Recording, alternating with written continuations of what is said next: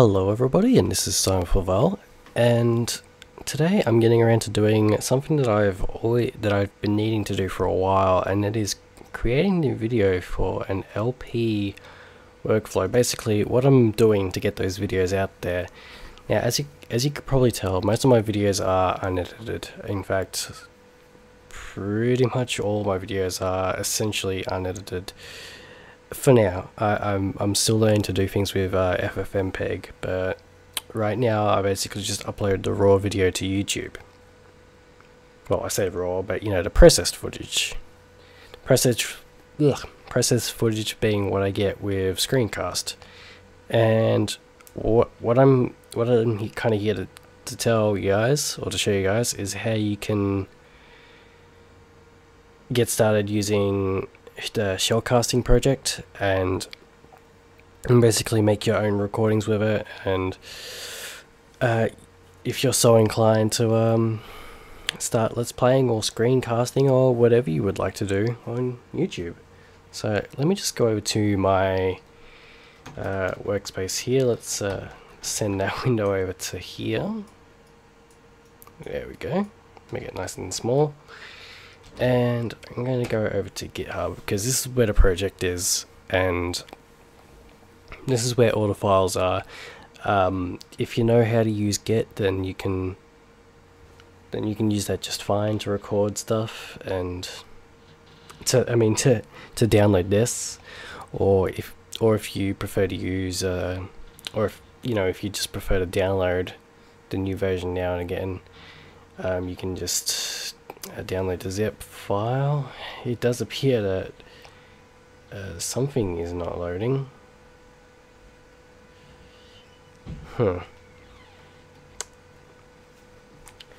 Anyway, so I guess I'll show you what I have here. So these are the files that you get. You get an A sound RC for ULSA. For Jack, you get a common script file that Screencast uses. You get Jack, which is, I believe, going to be dependent on it soon. This only launches Jack and makes sure that it is running and such. Make sure that everything goes through it, and that's what the ASound RC is for. And then we have the main program itself. So let me bring up the usage for Screencast. As of this moment, these are the kind of options that it has, and because it is still being actively developed, it would be a good idea to not depend on this video for options and stuff, because they could change, or something could be deleted, or something could be added at any time. So pardon me.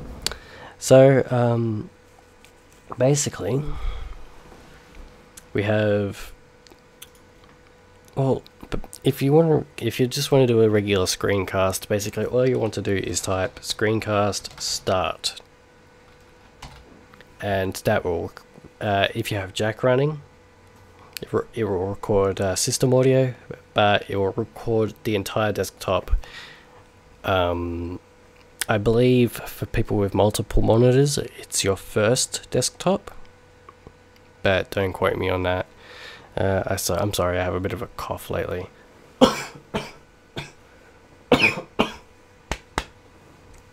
Something in that cola didn't agree with me. If you want to record more than just the system audio, that's when you start adding the options. So we go back to screencast start here, and then we have, for example, if you want to record my voice, I'll type V and then the hardware device. If you prefer dsnoop, you can use dsnoop, or if you prefer just hardware mixing, that's okay. But basically for my device right now, it is 30. Now some microphones only record in mono, and that was a problem that I had back a while back, and what I ended up doing was I had to specify the number of channels that my microphone had, which is 1. I don't need to do that anymore, luckily, but that's something to keep in mind, because otherwise FFmpeg will fail recording and then you won't get any voice back. One of the other important settings is quality. FFmpeg, and specifically the X264 codec, do constant rate factor, I believe. And basically what that means is it sets the quality for your videos, and I believe the sanest numbers that people use are 18 through 23. I believe it's 18 for 1080p footage and 23 for 720p footage. Half the number, I mean, adding that number, I'm sorry guys, adding 5 to that number, I believe halves the size, but it also means you get worse quality. Subtracting that number by 5 doubles the size, but you also get better quality.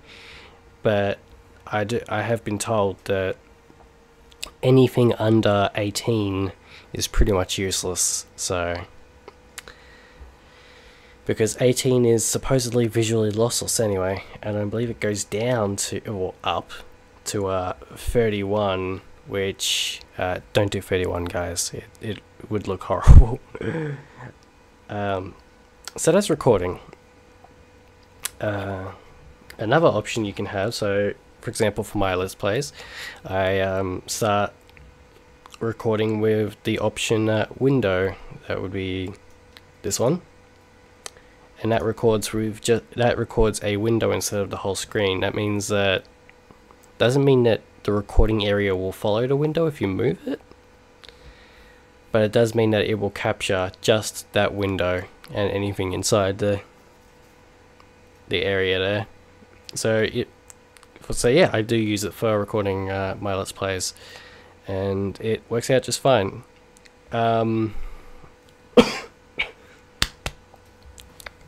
So by then, you know, it'll be recording, like it's recording for me now.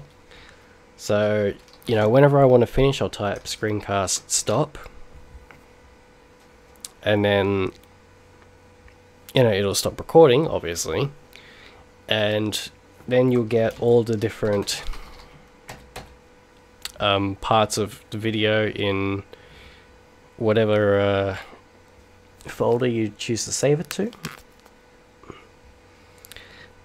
But like if you try to view the video now, you won't get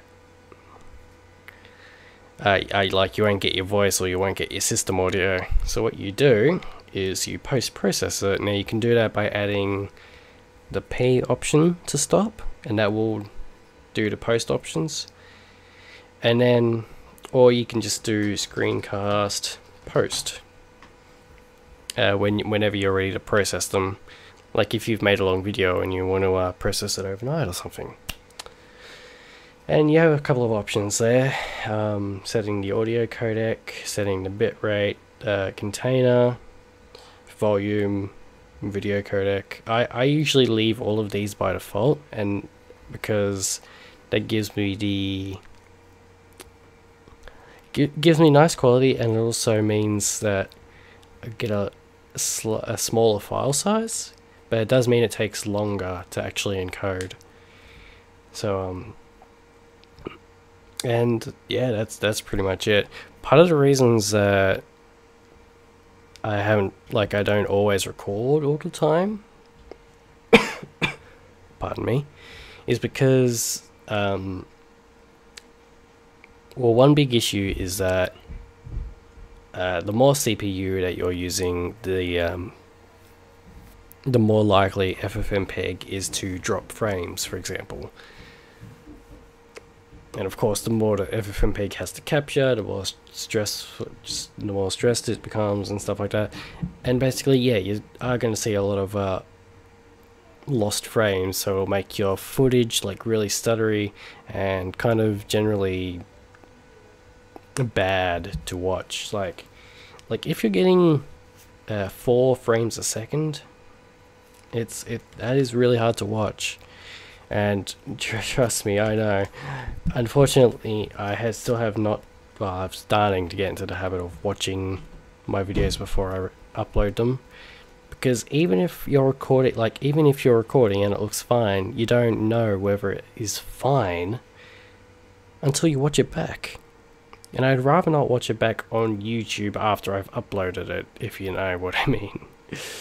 So keep that in mind. So yeah, that is basically how I record these things. And now that I have this new microphone, and now that I've got this new version that I feel like I can do a lot more with, join me soon, because I'm going to try and get into the habit of posting at least almost daily again, like maybe like once every 2 days, or there might be occasional like once a day thing. And even if I do a lot of recording, you might see multiple episodes a day, multiple LPs or so, whatever. It's interesting. It's going to be an interesting time. Anyway, yeah, that's pretty much it, and I'm pretty much done. So this is Simon Forval, and thank you for watching this little workflow video. I'll be sure to update this whenever a new version of, like, a new massive version of Screencast comes out, and I'll be sure to update this once I've learned more about editing and stuff like that. So keep an eye out for those soon, I suppose. Okay, thank you all for watching, and take care.